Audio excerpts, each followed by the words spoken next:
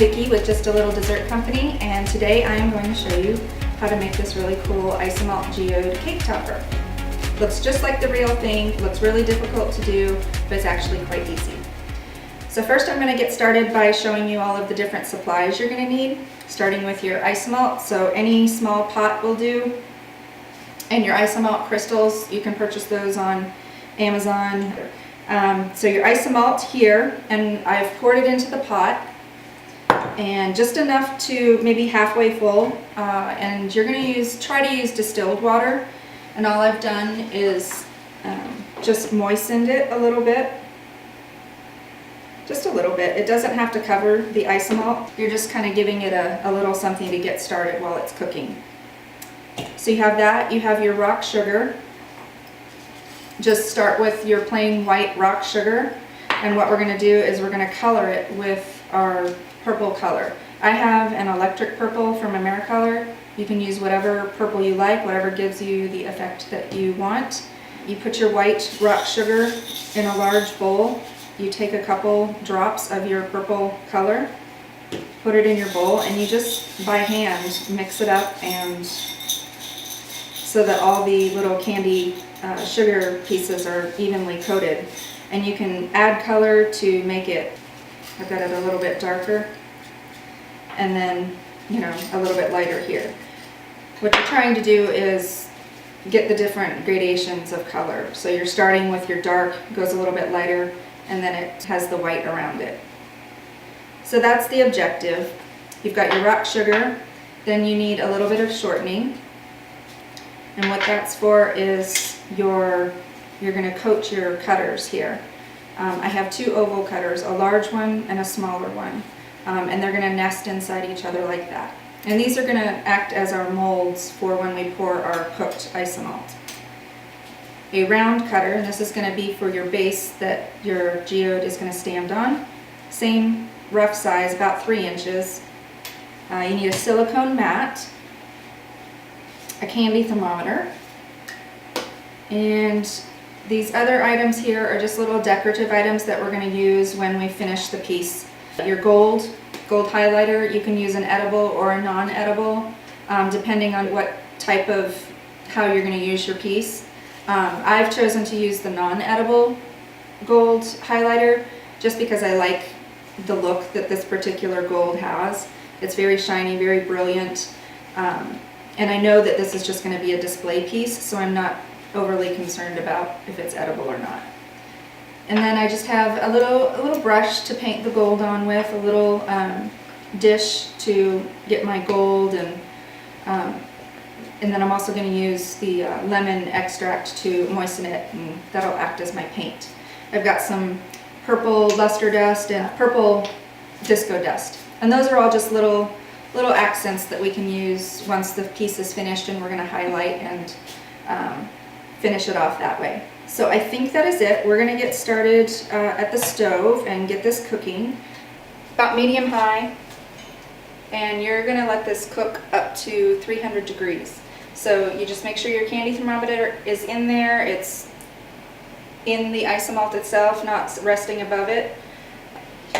And you are watching for 300 degrees. I've put a cover over this. It just kind of helps keep the heat in and lets the process move along a little bit faster. But you don't have to use a lid. And you don't do anything. You just let this sit and cook. So that's basically it. The temperature is just going to creep up. Once it gets to about 295, you need to be ready with a pot holder, because this does get very hot unless you have one of those neat pans that doesn't get hot on the handle. And you're going to get ready to bring it over at that point and have all your supplies ready to pour and set up. Okay, so we have our molds here resting on top of our silicone mat, and in order to make sure that the isomalt isn't going to stick to these molds, I'm just going to take my shortening and really coat the edges of these really well. And I'm just doing this while my sugar is cooking. I can kind of hear it bubbling in the background, but I'm just keeping an eye on the temperature. It's at 230 right now.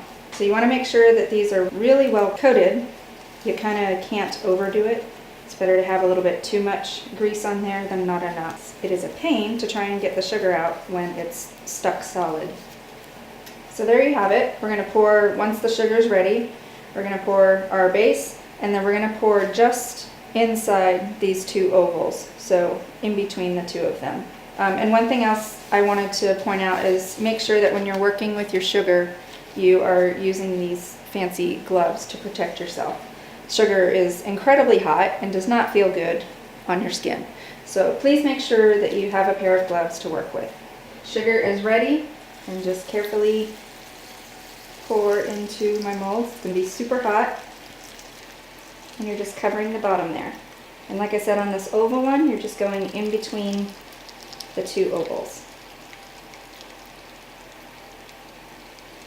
And in order to not waste all of the isomalt that you just cooked, I've set my oven at 300 degrees, and that's just going to maintain this temperature. In case for some reason you need to redo this, you'll have it ready and all set to pour. Okay, now that these are setting here, I'm going to let the round one just sit, and I'm going to do nothing with that. I'm going to have my two dark and light colors of sugar. The dark purple is going to go right inside the small oval, and there's no sugar, remember, there's no sugar inside that little oval. And I will show you what we're going to do with that in just a minute. Then I'm going to take lighter purple and put it where all of the sugar is. Plop into the isomalt there, the hot sugar. You don't have to cover it completely, what looks good to you.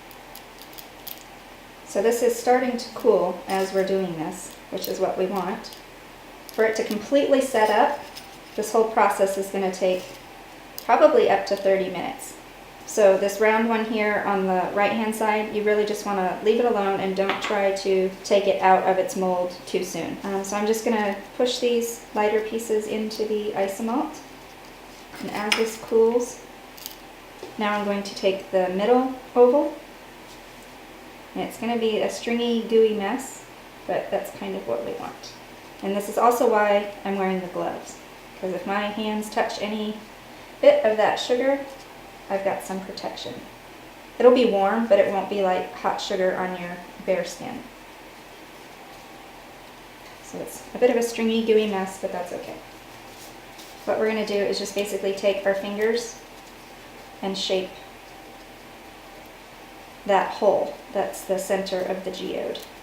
So you're going to have your darker purple towards the center and your lighter purple towards the outside. And you want it to, just kind of visually look at it and eyeball it, make it irregular, don't make it too perfect. Geodes in nature are not perfect, so that's what you're going for. And I'm hoping that you can kind of see this. You'll see it again once I pull it out of the mold, but I've basically just got the two colors in there and a very irregular shaped hole in the center. So we're going to wait this out and come back once it's entirely cool, and I will show you how to finish it up. Okay, we are ready to remove our isomalt pieces. It's been about 30 minutes, and the reason I know they're ready is I have just gently been trying to coax them out, kind of rotating, pushing, not forcing, but slowly cracking them out. You just want to be really gentle. This is the hardest part of the process, is getting them out of here without them breaking. If we had silicone molds, this would be way, way easier. They would just come right out. But I do not have that, so we are working with these metal molds that I have, and we're basically just waiting for them to kind of contract and cool off enough so that the sugar will slip out. So you can kind of hear what they're doing. They're just kind of slowly pushing them out. And if you've done it right and you are successful, you will get this lovely oval piece that has not cracked. Worst case scenario, if it does crack, it's okay. We can fix it. So there is that. Same thing with the base. You're just going to gently go around and ease it out of the mold. And there you have it. So we have both of our pieces. What we're going to do now is glue the white sugar on the outside of this part of the geode. So I'm going to grab my isomalt that has been in the oven at 300 degrees, and that's going to act as our glue. Okay, I have my hot isomalt here, my glue, and all I am essentially going to do is dip small sections at a time into my sugar and then coat the outside of the geode with the white rock sugar. So dip.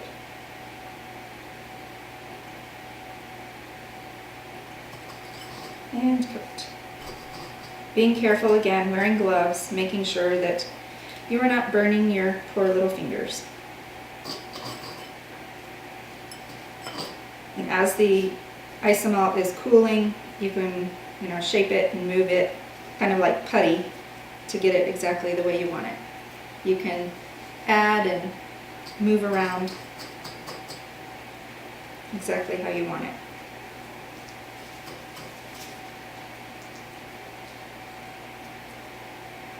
And continue to do this until we get the entire outside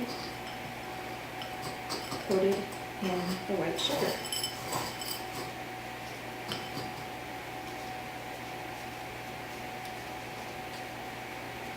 And as you get towards the end, the heat of the isomalt will actually start to warm up the entire piece, so you just want to be careful that your entire piece isn't shaping into this weird thing that you didn't intend. So just be conscious of that.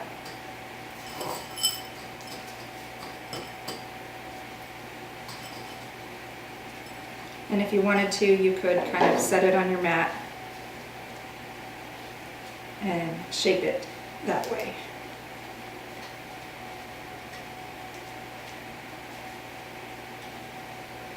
Push it, make sure it's flat. That's basically it. So there you have it. There's your little piece, and you can kind of see that it's still moldable because it's still so warm. And then what we're going to do is dip the whole piece and let it set up on the stand.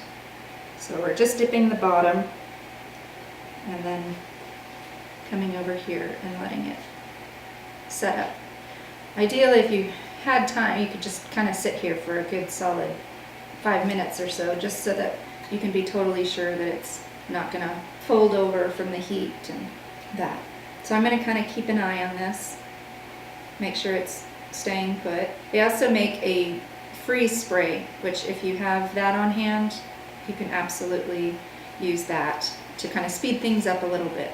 But I think we're just going to kind of keep an eye on it and make sure it's staying put. In the meantime, I am going to get my gold ready, and we're going to get ready to paint the outside. So I'm just taking a little bit of lemon extract, not much, and my gold highlighter. Oh, I can see it's folding over, so just kind of keep an eye on this guy. Normally I would kind of just let this set up, maybe even pop it in the freezer, but since I'm demoing, I kind of want to just get going and show you guys how to finish this up. So this is the fun part. I'm just going around, painting the outside, just like it were a really beautiful piece of amethyst jewelry. I'm kind of propping this up with my finger in the back so that it's not folding over as I am doing this. That sugar is still quite warm. And basically just go around and do this until it looks just the way you want it. There's no right or wrong. Finish up this other side. And then the bottom, I like to go around the rim of the base too. Tends to work a little bit better when the highlighter is a bit thicker. Just a little bit. Get this guy up a little bit more. Once this is completely cool, it will not bend and move and shift like it is. So just go around the rim, and it just adds just a little bit more brilliance and elegance to your piece. Hope you guys are seeing this and my hands aren't too in the way.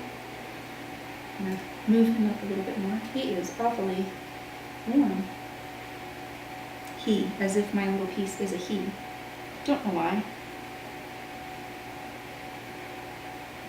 And again, after you're done with your all of your gold, the other colors that I have are just the purple disco dust and the purple luster dust.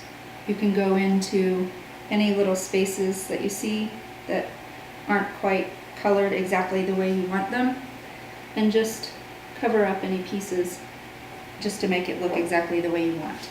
So this is basically it. You can play with it and paint it just the way you want to make it as perfect as you want. Okay guys, this is your finished piece. I've taken a few minutes off camera, I admit it, I'm sorry, to just, I basically was playing around for a few minutes, coloring and glittering and making it just the way that I wanted it, and I didn't figure you wanted to hang around and watch me do that for however long, because you could spend forever, literally.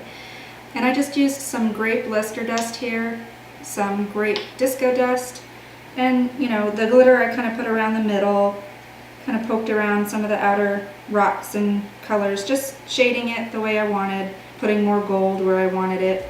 And this is it. This is what you're going to get. So I hope you enjoyed learning how to make this really cool geode. I can't wait to see everything that you do. I hope to see a lot of geode cake toppers out there on the internet, and I hope to see you soon for another tutorial. Thanks so much for joining me.